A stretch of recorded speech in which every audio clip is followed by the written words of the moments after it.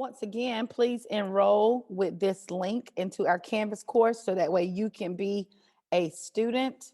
So I did place that link in the chat for you, the HokeInstructor.com enroll, and it has a code at the end. Make sure that you enroll in this course. Shanna has put the NESIS code for you so that way you can register for this section of the course, and you have a bell ringer. We're going to probably get started in about 2 more minutes.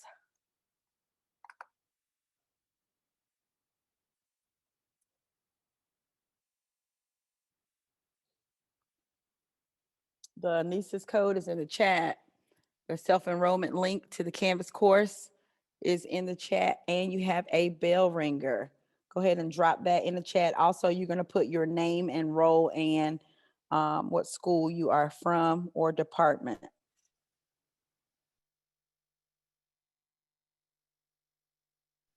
Don't forget about our bell ringer. I see a lot of people checking in.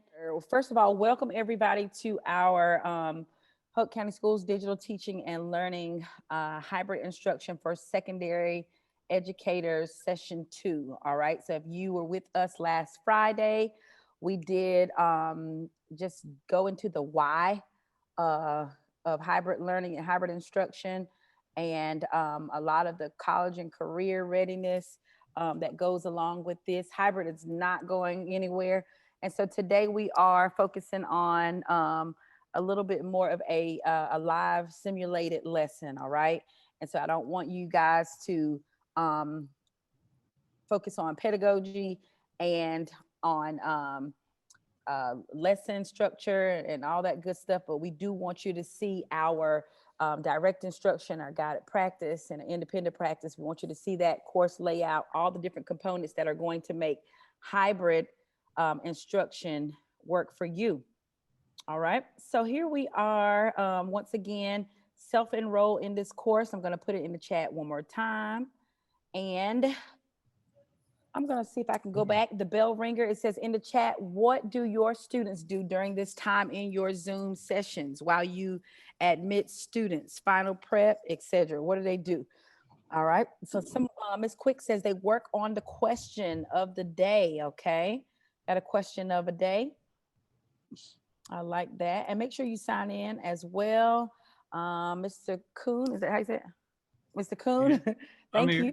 Thank you. He says, depends on what is going on in class. It could be a warm-up activity, could be a short assignment as well. Okay.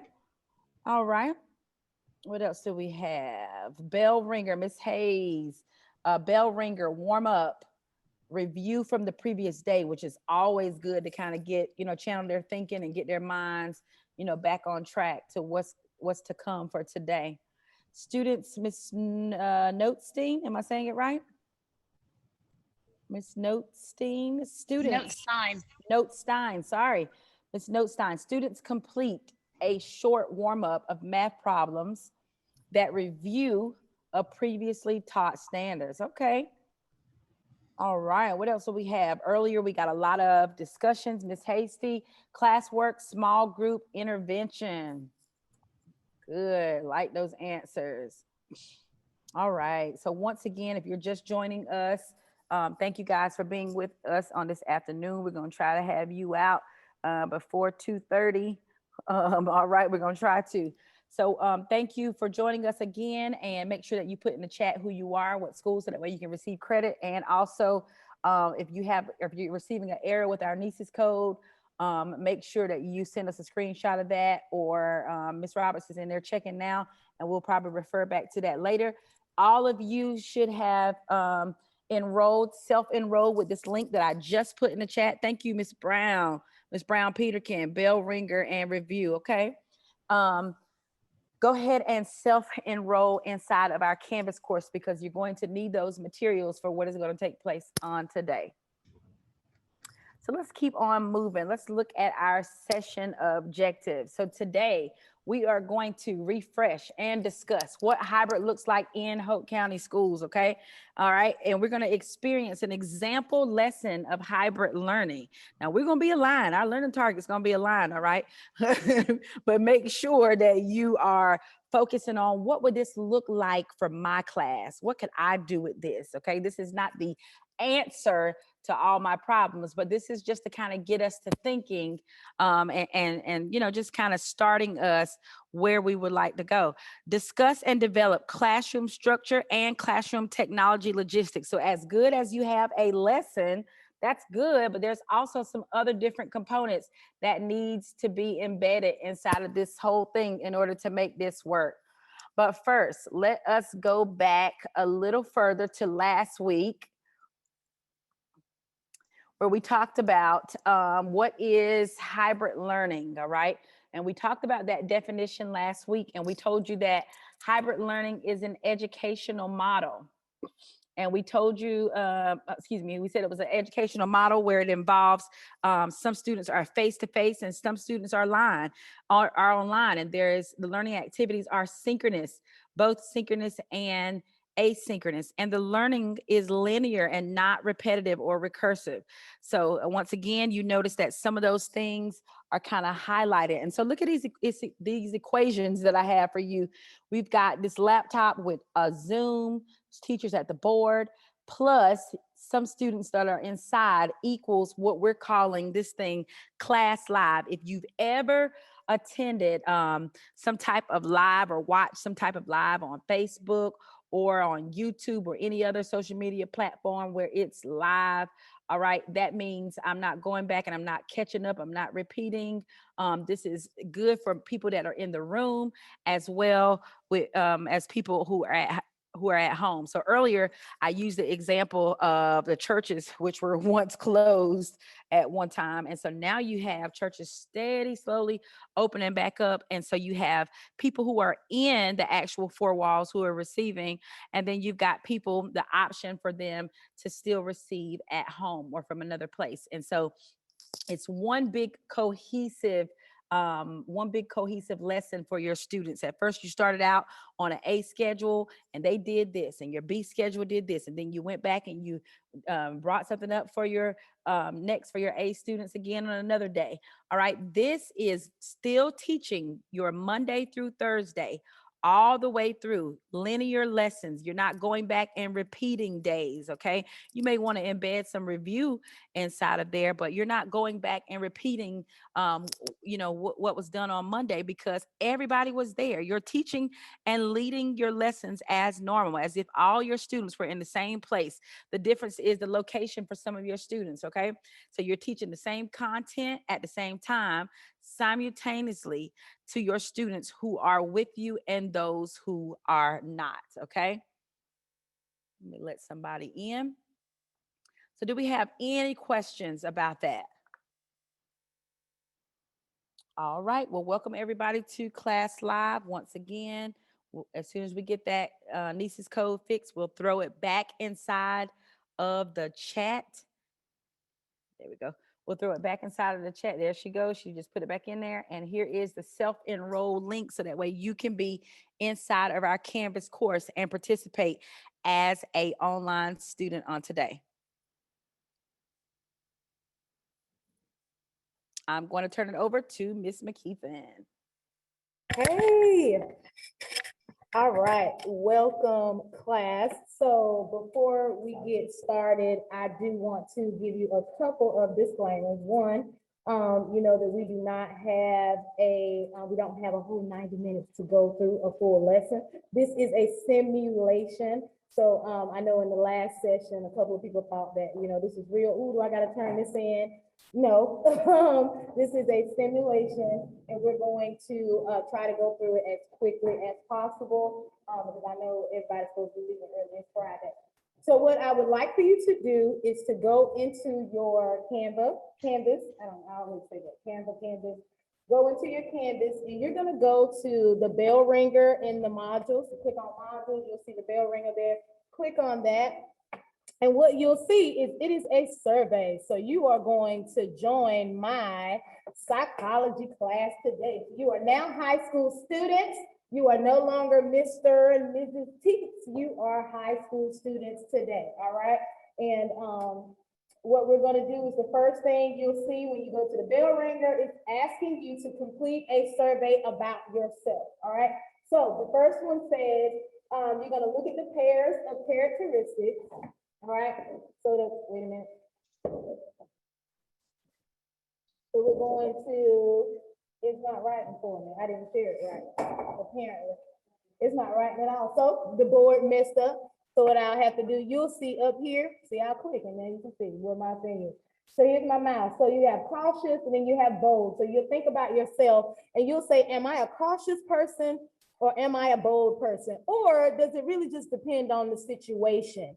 And so what you're gonna do is you're gonna take the circles, there are several of them, and you're just gonna circle which one you feel like best describes you, okay? After you do that, you're gonna click on the next slide. You're gonna click on the next slide and you're gonna do the same exact thing, but it's not for you anymore. It is for your principal, okay? So it's not you, now it is your principal, all right? And then once you complete that part, you will go here, click here and submit your results there, and we will look at the results after you finish. So I'll give you about 3 or so minutes to complete this task. All right, so we're going to look at your results, okay? So if we look at the results, you guys can see that, right? Give me a thumbs up, say yes. Something y'all can see it? Okay, so we're going to look at your results, okay? So the question was, after you completed this survey, all right, you did it one time for yourself and one time for your principal, okay? And then you had to count and see how many times did you circle depending on the situation for yourself versus how many times you circled depending on the situation for your principal. And if we notice, most of you chose, you selected depending on the situation for yourself more times than the principal. Okay, and so what we're going to do today is we're going to learn about why that happens. Why do we do that? Why is it for us when we're talking about ourselves that we tend to give ourselves the benefit of the doubt? Well, I mean, I can be loud sometimes, but it just depends on the situation. But when I think about other people, I immediately just say they're loud all the time. Does that make sense? So again, I told you guys, welcome to high school. We are in psychology class. And now we're gonna go back to the Zoom. Not the Zoom, dude. Move this so I can hit next. All right, so before we begin our lesson, Miss Samantha and Miss Shanna are here with us today. They are in class. So before we start, I want everyone to unmute themselves and speak to their classmates because they need to talk to you too. So unmute yourself and say, hey, Sam. Hey, Shanna. Hey, everybody. Hey, classmates. Hello, everybody. I wish I was home like y'all, but I'm face to face.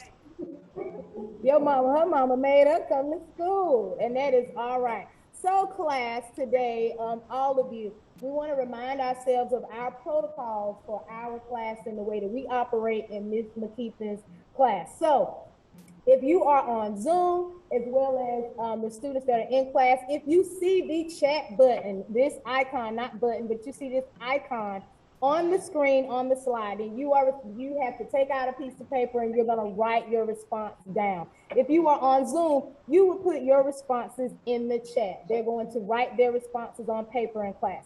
If you see the microphone icon, this is the moment where you have the opportunity to yell out loud. So you just unmute yourself and yell the answer. In class, you'll do the same thing, just yell the answer. Raise hand. If you see the raise hand icon while we are going through this lesson, you will need to raise your hand using the raise hand button on the Zoom. And then my classmates, my roomies, because I have roomies and Zoomies, my roomies will raise their hand physically, okay? So don't raise your hand physically on the Zoom because I won't be able to see you. All right, so now that we know what we are going to do today, let's talk about what our learning target is, okay? So I told you all that what we're discussing today is psychology, okay? We're at the very end of the year. This is our last unit. The unit is a little more relaxed. We're gonna talk about, our learning target is we're going to apply the attribution theory. So remember, a theory, okay, it's not what you would actually think. It's what the theory says would normally happen. So you got to kind of take yourself out of this situation whenever we get into these scenarios, okay? So you're gonna apply the attribution theory to explain behaviors of other people with a specific attention to the fundamental attribution error as well as self-serving bias. And I'm gonna try to break this down as easy and as quickly for you as I can. Well, you guys should already have, again, you should have your concept maps are already out for you, just like so, the one that I gave you. And today we are only going to focus, can you guys see my mouse? Yes, no, can you see my mouse? Okay, great. We are only going to focus on the highlighted area. So the attribution area is what we're focusing on. And we're looking at these two concepts, self-serving bias and fundamental attribution error. All right, so there will be times that you will need to pull out a piece of paper and you will need to write, but you should already have this information for you already inside of your Canvas course. So the study, social psychology, before we get into the concepts, look at the umbrella, what we're talking about. When we're looking at social psych, we are looking at thinking about the ways and thoughts and feelings of other people and why they say and do the things that they do. So why did they do that? What attributed to that behavior, okay? Attribution, cause, attributes, cause, same thing, all right? So you'll hear that interchangeably. Is that real? Is it influenced by a real thing that really happened? Is it influenced by a, something you imagine? Whatever. So how you think about people, how you think about their behavior, and why we like the people that we like. All right, so we're looking at Urkel right now, okay? Did I do that? So attribution, we're gonna think about why did he do that, okay? An action is taking place, and now we're gonna figure out the why behind that, okay? That's what we're looking at. So attribution theory, remember, it's a theory. This is not what you personally think. This is the theory. It tries to explain how people make judgments about the causes of other people's behavior. So how do we make those judgments? And let's explain that. All right, so you gotta pay attention. Now that we know what attribution is, there is always an effect of it. So whatever you believe is the cause, that's going to determine how you react, right? So if I think that Shanna walked in my classroom loud and cutting up, and if I think that the reason she did that was because Shanna just wanted to be a nuisance today, I'm probably gonna snap back at Shanna. That's going to be the effect of my attribution to her behavior.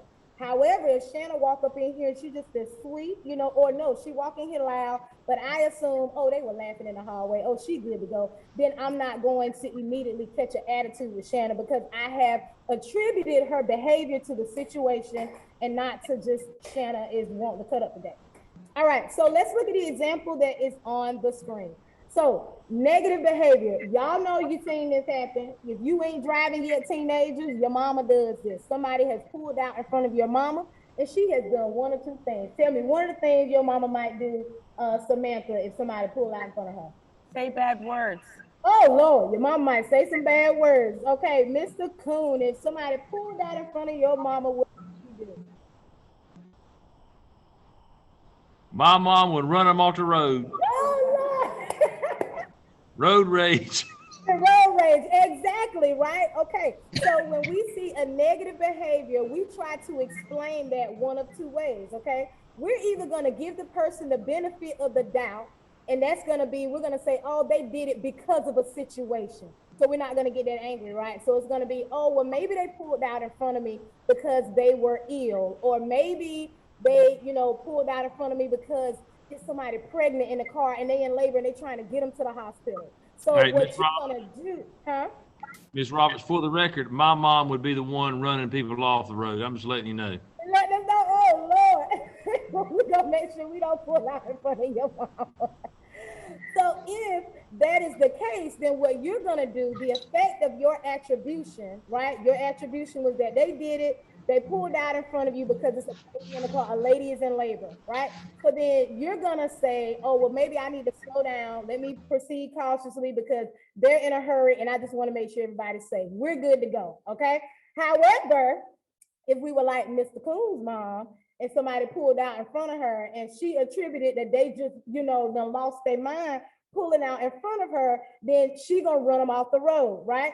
And then that is going to be an unfavorable. So that's the disposition. She's attributing their behavior to their disposition. That's just who they are. They're cutting up. They do not care about pulling out in front of anybody. She don't care that they might have a situation in her brain. They don't have one. Ain't no pregnant lady in that.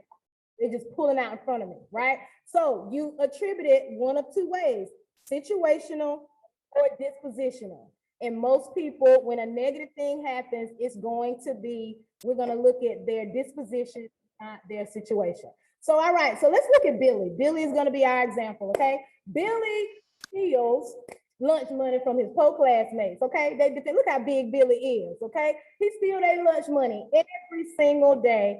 And so we got to figure out why Billy does this. So the basis of the question is going to be about our term. We just talked about the attribution theory. What attributes or what causes this behavior? Okay, so look at him. He's big. He done took the little child, dipped the money out, give him a wedge of Billy. It's just out of control.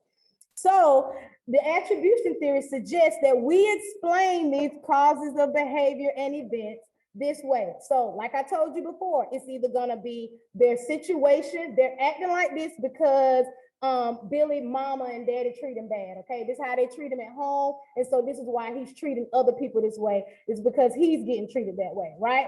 Or you're going to just say Billy is a butthole. Okay, Billy is bad. He's naturally mean. And so that's the reason why Billy is behaving the way that he is behaving. Okay, so you're going to blame it on his disposition and not his situation. All right, so are we good so far? Shannon and Samantha, y'all good to go? Got it? Makes sense? Give me a thumbs up, Zoomies, if it makes sense to you, if you are good to go. So far, we understand that people behave the way that they behave. Thank you, thumbs uppers, thank you. All right, so now Billy comes into your class, because y'all got these kids in your class. Billy come into class, he hostile, he mean, he done told you that you wasting his time. He already know more than you anyway, okay? And then he start making fun of the kids, he misbehaving, doing all of this stuff, right? So using the attribution theory, how could you explain Billy's behavior? So on my screen, I have that you need to raise your hand. So if someone could raise their hand and tell me what, using the theory that I just gave you, this or the disposition, why is Billy doing this? Cutting up, walking my classroom, doing what he want to do. We got a volunteer, I can call somebody. All right, Mr. T, what you got for me? Billy does this because he's bullied at home. Okay, Billy does this because he's bullied at home. Anybody have another example that might be that may not be situational? It would be dispositional. Y'all have started raining again. It is pouring. Let's hope the connection doesn't cut up. Let's get one of our roomies to answer.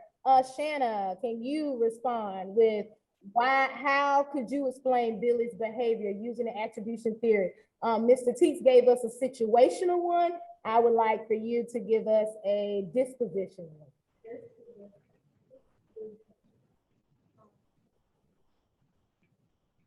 And make sure if you're in class, you are loud enough so that your Zoomies can hear you. That's right. You need a phone a friend. So when we talked about disposition earlier, we're talking about it's just who they are, right? You don't give them an excuse. That's just them. All right. So do you have an idea now? Here we go, some situational factors. So if we look at, go ahead, somebody said something. He may just be an angry kid. It's an angry kid. Good job. Way to jump in and help your classmate. So situational factors. Billy's parents are getting a divorce. He lashing out, okay? Or he has a bad memory of a teacher picking on him. So that's why he come in your class and cut up, because he had a student, his teacher was picking on him. Or Billy got class right before lunch, he hungry, okay? So he want to steal their lunch money so he can make sure when he go to lunch, he has something to eat, okay?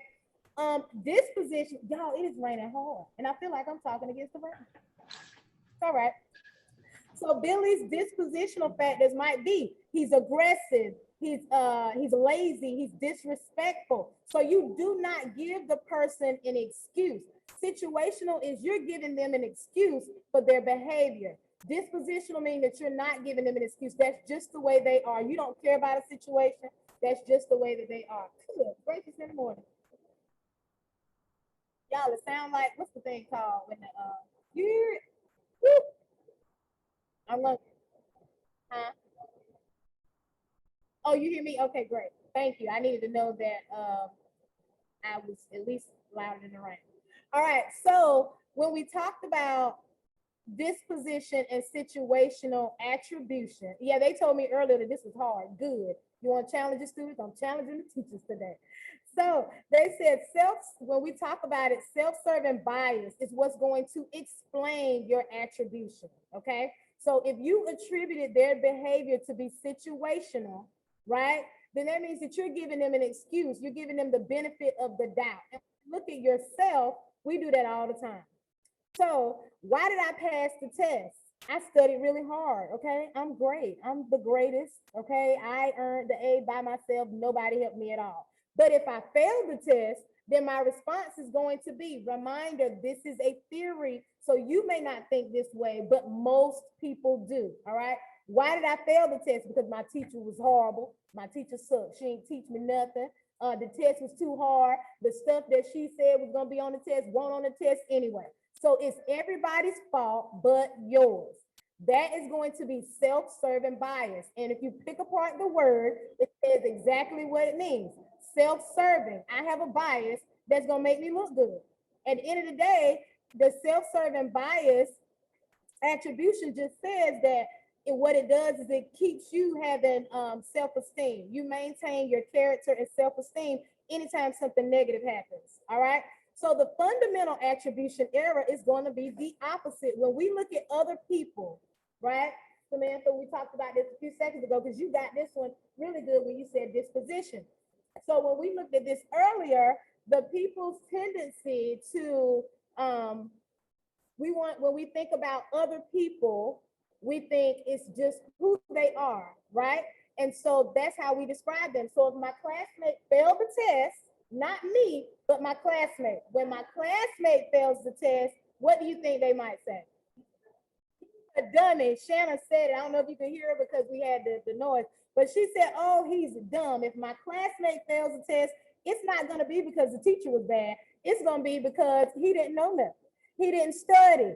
He's not intelligent. He's reading. He don't know how to read. He can't write anything. It's going to be just what it is when it comes to other people, but not yourself. So let's look at the chart and then we're going to jump into an example. So when you look at scenarios that are given to you, what you're going to try to figure out is what attributed to this behavior based on the attribution theory, okay? Not based on you and your thoughts, based on the attribution theory. First question, you're going to ask yourself, who does this event happen to? So it happens to me. So if I was doing well in class and I passed my test, then I'm going to look at the type of event. The next thing, oh, smart. Y'all look at this. Wow. It's about me. Okay, so the first one is about me. Who does the event happen to? Me. The next thing, what type of event is this? Is it negative?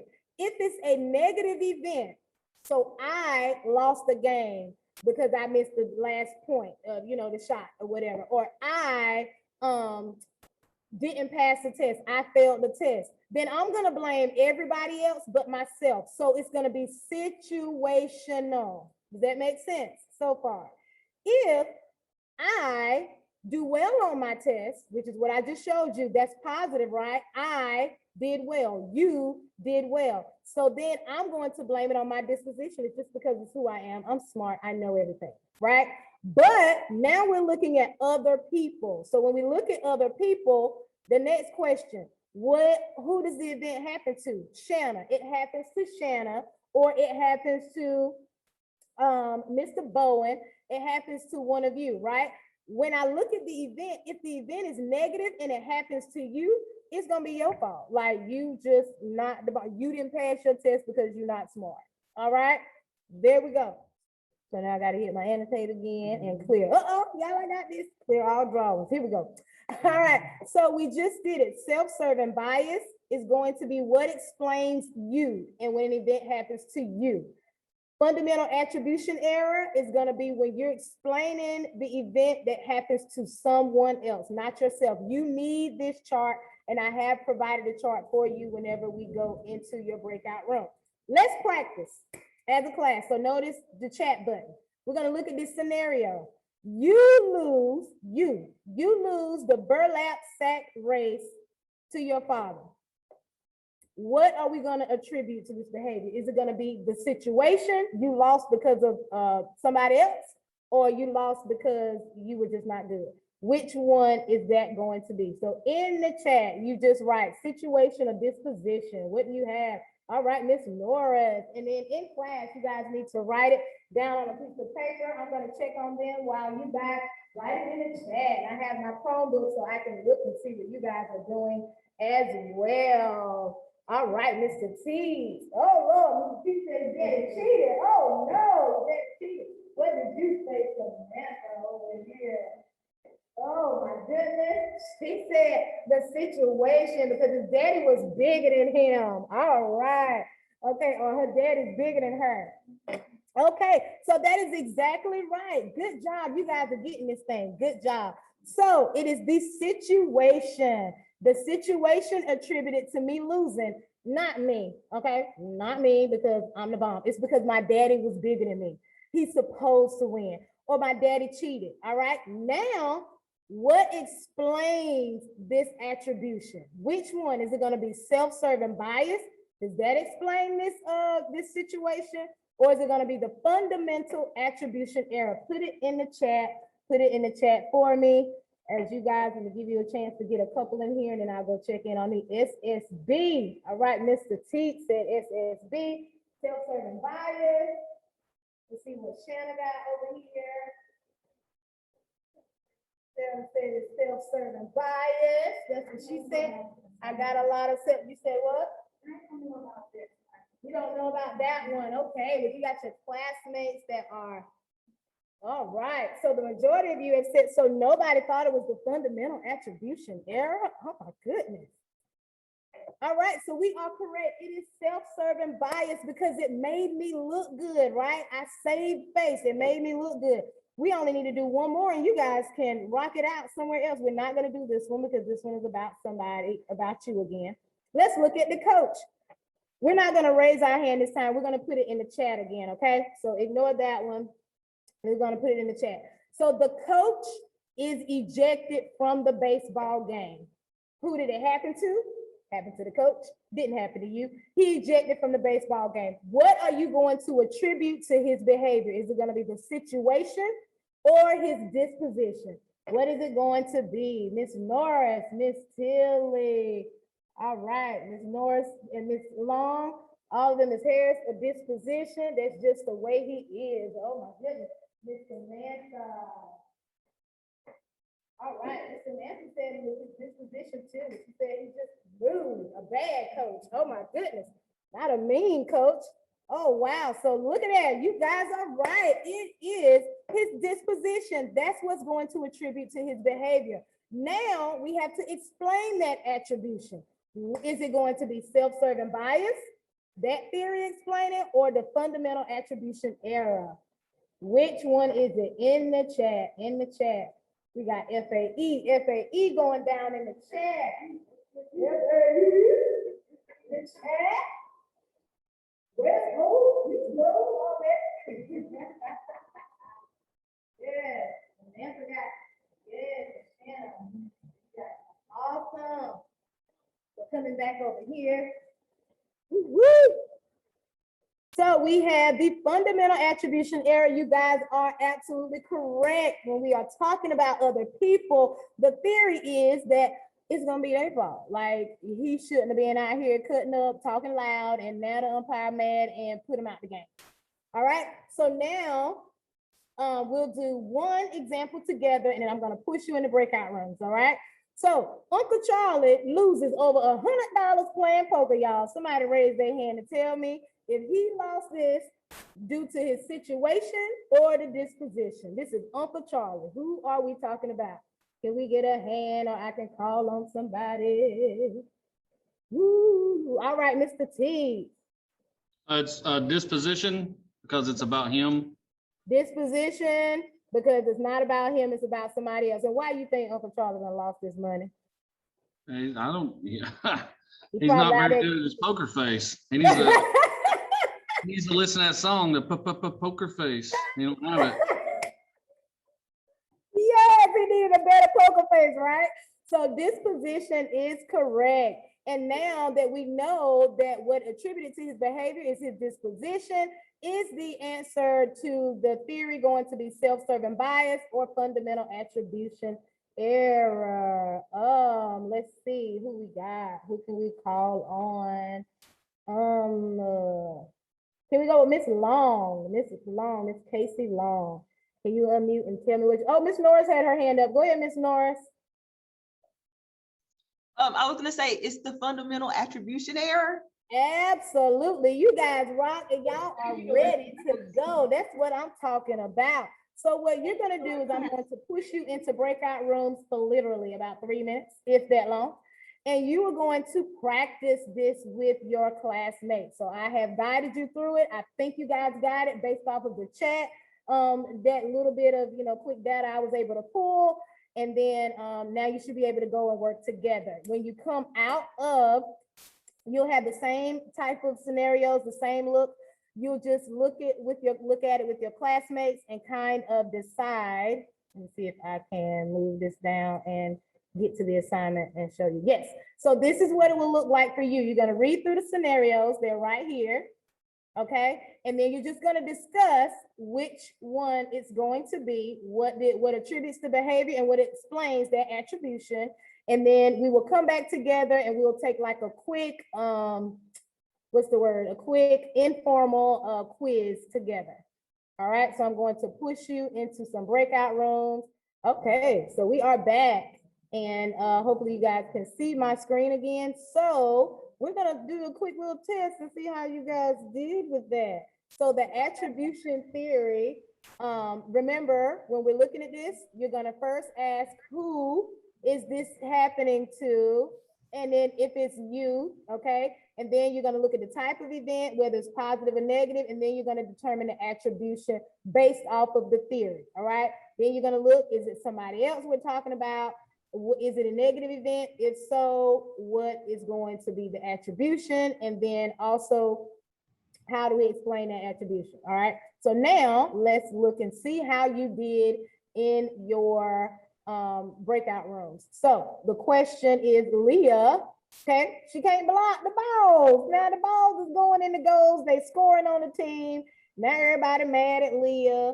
What is going to be the cause of this event? So here is the poll is going. So just put your answer in the poll. Is it going to be Leah is, she can't block the goals because of the situation, or she cannot block the goals because of her disposition? All right, we're going to end the poll. Let's look at the results. So you guys have said that the majority of you said that the reason why she is unable to, and they had their whiteboards up. All right, all right. Yeah, so I have one, and here we got about 50-50 in this classroom. But you guys, 81% of you said that it is going to be the disposition, and you are correct. It would be if Leah was unable to block it and it's about somebody else, immediately you just gonna think Leah sucks. Y'all know you do it when you go to your little kids, go to their little games, and the other children doing bad because it ain't your kid. The other children, you need to pull them out the game. They suck, but you don't really know like that your kid might have cut up in class today. So the coach had to bench him. So they had to put somebody else in that don't even know that position. So is it going to be self-serving bias that explains the behavior or fundamental attribution error? Put that one in the chat for me. Put that one in the chat and we will see what we're looking like in the chat.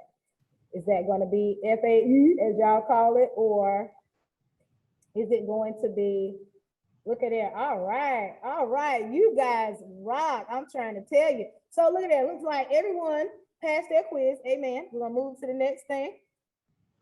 We don't want to go over a bunch of examples because again, this is a simulated lesson. All right, so lastly, the last thing that you guys will, the second to the last thing you guys have to do, you guys were able to collaborate and do a little bit more practice before I pulled you to give you like a little, another little informal quiz. And so what you're gonna do now is we're gonna look at Lucy and her shenanigans, okay? Because if you watch Charlie Brown, everyone does, you've seen it. So the question is, well, the what is this? A comic strip says, why are you always so anxious to criticize me? Because she is always messing with that boy. And then she said, I just think I have a knack for seeing other people's faults. Then what about your own faults, honey? She said, I got a knack for overlooking them, okay? I'm the bomb. She is the queen of everything and he is not. So what attribution theory is depicted in this comic? Which one is it? Is it going to be the fundamental attribution error, or is it going to be, excuse me, self-serving bias? Which one do you have? In the, does somebody got a hand? Oh, I don't have the right thing up. All right, Miss Norris, what do you have for me? Self-serving bias. Okay, why? Because it's easier for her to see fault in other people than it is for her to see it in herself. Instead of having to call out her own negative or acknowledge her own negative characteristics and attributes, she's going to blame them on the situation and overlook them. But when it comes to other people, she has no problem immediately saying that it has to be because of their own personal flaws. Okay, instead of the situation. You are the bomb. So now what I want you guys to do, I'm gonna push you back into breakout rooms. Y'all do know we would have been doing this longer. I'm gonna push you back into breakout rooms. And what you're gonna do is come up with your own scenario and your own comic strip working with your classmates. So you're going to write a scenario that reflects one of the types of attribution theories that we discussed. So it's either gonna be dispositional, situational, fundamental, attribution error, or self-serving bias. And you're going to depict that or show that inside using a comic strip. I don't care what platform you choose to do this on. If you use Canva, that would be great. If you choose to use a Google Drawing, a Google Slide Deck, I don't care what you choose to do. You can draw it on paper, make a poster if you want to. But you choose your platform. And what I'm going to do is push you back into breakout rooms, and you're going to discuss scenarios that you would like to use with your group so that you guys can start on your, I think I hit the wrong button again. Breakout rooms, there we go. Let me push you back in. All right, are we all back in here? No, I think it is. Oh, it's waiting on, some people are waiting on the breakout room to close in 23 seconds. While they're doing that, we're going to shut it down. 15 seconds. All right, so now that we have everyone back in here and in our class, the last thing you're gonna do is some independent practice, because I need to make sure that you have it, okay? So if you go to your Canvas, let me show you really quickly. You're gonna go into your Canvas course. And I'm gonna go to my modules. And here, if you go down to Attribution Theory Quiz, you have a quiz there for you to take. It doesn't look like this on your end because you have the student view, but that is what you're gonna click on. You're gonna go here and you're gonna click on Attribution Theory Quiz. This is not a very weighted quiz. This is just for me to get some data to see what I need to do some more explaining with, who needs a little extra help so that I can pull better groups for tomorrow. I will pull you into some groups today because I do have a little data from when you were doing your polls, so I could see who, I think about 4 of you need a little bit more support from me, and I want to make sure that I can help you with that. Let me go back to here we go. And I am on the last slide, if I can get to this. There we go. So if my class, guys who are in class, you guys can go ahead on. I'll get with you and work with you on your independent practice in a little bit. But for my Zoomies, let's have a quick chat before I release you all to get started on your own, because you don't have me physically, okay? But I want you to know that you still have me to support you if you need me, all right? So you're gonna complete that worksheet that I just showed you how to get to in Canvas. And then you want to remember to print your notes for tomorrow's lesson so that you'll be able to easily follow along and write your notes or you can pull up the document and print it out. However you want to do it, you just need to, or draw it out if you don't have a printer, okay? But I want to make sure everyone has what they need before we get into class tomorrow. Because you know, I only lecture on day one. You're gonna have to watch the video tonight and have your notes prepared for tomorrow, all right? So then also Go Guardian, please don't forget, if you need me, you can ring me on Go Guardian. I will be watching you guys from there to see if you need any support. Some of you I'll be calling and Go Guardian to pull you back in to see if those of you, the 4 of you that I know need a little extra support. All right, so if you guys do not have any questions, I'm going to release you guys to go, except y'all, you can't go for real. This is, woo, woo, what is it, cut, Sam? Cut, simulation over, woo, we made it through. All right, so let's talk about this really quickly, and then we can get it on out. Lesson on Saturday. Thank you, Shannon. Somebody said lesson on Saturday. Oh Lord, no lesson on Saturday. This was just a simulation. No. I do not have, no. This was just to give you an idea so that you could see. All right, so let's talk real quick about how this actually works. All right, let's look at some of the logistics behind this hybrid learning. So the first thing is, it is so important that you have protocols, all right, in place for your kids, and they need to know them. I know that by now everyone understands that the mute and unmute and all of that stuff, but it does help that you review that with your kids every day, because they don't know how you are. So some teachers are just like, oh, well, they unmute themselves whenever they need to talk. But then there are other teachers that's not their process. Their process is you raise your hand first before you unmute, or you put it in the chat, or whatever. There's a different process depending on the teacher. So you have to teach those processes to your kids as well as in class, because you have the same thing going on in class that you have going on Zoom at the same time. So while my Zoomies are chatting, how are my roomies? How are my roomies in class doing the same thing? How are they participating in a lesson? So you heard me say, oh, well, they're writing their answers on a whiteboard they can hold up real quick, or they're writing on a piece of paper, they're writing their responses down, all right? You also need to reinforce the protocols of your LMS. It is so important that your Canvas, if you notice, I drove the entire lesson through Canvas. I didn't come out of Canvas. I didn't go to my Google slide deck. I didn't pull up, everything was in Canvas, and I drove my lesson from Canvas. And I'll actually show you, you don't see my slide deck, but my slide deck is in there because it's unpublished. And as soon as my lesson is over, I'm gonna publish that slide deck and my students will be able to see that. I also have a video that's not published that I did about the lesson, and I'm going to unpublish that. And now my students have even more support for when I'm not with them, all right? So your course design is important. The protocols that you set in place are important. And then the way that you design your lesson and optimize that class time with students is important as well. So Shanna is going to talk to you really quickly about the calendar of options, and then we are going to be out of here. Yeah, so a little bit about calendar of options and how you can plug and play with these options. So with Shauna today during this simulation, no, you do not have to do the comic strip. That was just the independent practice right here so that you could kind of see. That was a good question for this. So you saw how she had us together during the simulation, our roomies in class, you guys on here. And then she would release us to do independent practice, which was the comic strip. So no, you guys don't have to do that, but we still wanted to kind of build the structure so you could see that. So she released everybody in class, they went on and started, and then she stayed on a little bit longer with you guys to make sure you didn't have any questions. And she also threw a little bit of collaboration in there when she pushed us all out into breakout rooms and then had us talking in class together. So you can see how these little options can start fitting together in different ways. But remember back to what she was saying about the logistics.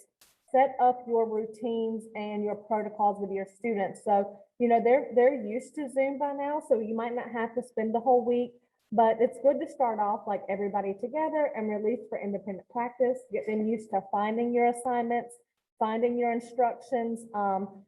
And also, like she said, with Go Guardian, that's so nice that the kids, if you have that up, the kids can chat with you if they're having questions. You can call them through Go Guardian, or you can say, jump back on my Zoom. So there are some really good options for even navigating that. And then once your kids get used to this flow that you have, you can also throw in some feedback there, right? So when they're doing independent practice, they're putting together this new information and they're going to struggle sometimes because it's new. So you picking assignments that you're going to go back in and get feedback on, and then go let the kids go back and re-interact with that. So you remember those high impact teaching strategies, that multiple exposures, pick those key assignments that kids are going to keep digging and re-interacting with so that they can continue to learn. But again, all that stuff is housed in Canvas, and you teach your kids those routines and protocols.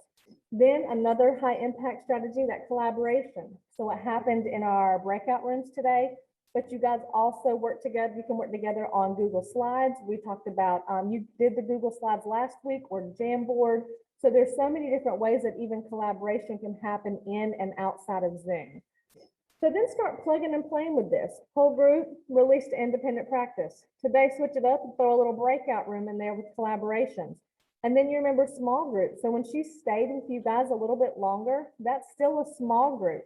So I could stay with my virtual kids. And then when everybody's doing that independent practice, then I can call 2 or 3 students that are struggling with X, or I might need to do a one-on-one. So while kids are doing that independent practice, that's a great time to pull kids and meet with them in smaller groups. And then you don't just have to start off with whole group every day. So today she started off with this whole group, released us to independent practice, but she could say tomorrow, stay in Canvas for the first part of class, finish that independent practice, finish that comic strip, and then we're going to end today with a closure. But whatever you guys decide to do, however you plug and play these, make sure that schedule is shared with students. And again, we're saying it's just easier if you'll house this stuff in Canvas. So when kids have a question, go to Canvas. When they call us and the parents say, I don't know so-and-so Zoom route, we log into Canvas and normally on your homepage it's there and we don't even have to bother you guys. So the more you can put there to help kids navigate, the better. But plug and play with these however seems best for you guys. And that wraps up our model lesson for today. So we hope you guys enjoy the rest of your Friday and the weekend. We're going to hang out here a little bit, of course, for some Q&A. So if you want to throw that in the chat, we've got that up. Or if you're more comfortable unmuting yourself, do that, and we'll be here for a little bit to help with some questions. And we appreciate you guys hanging out with us today.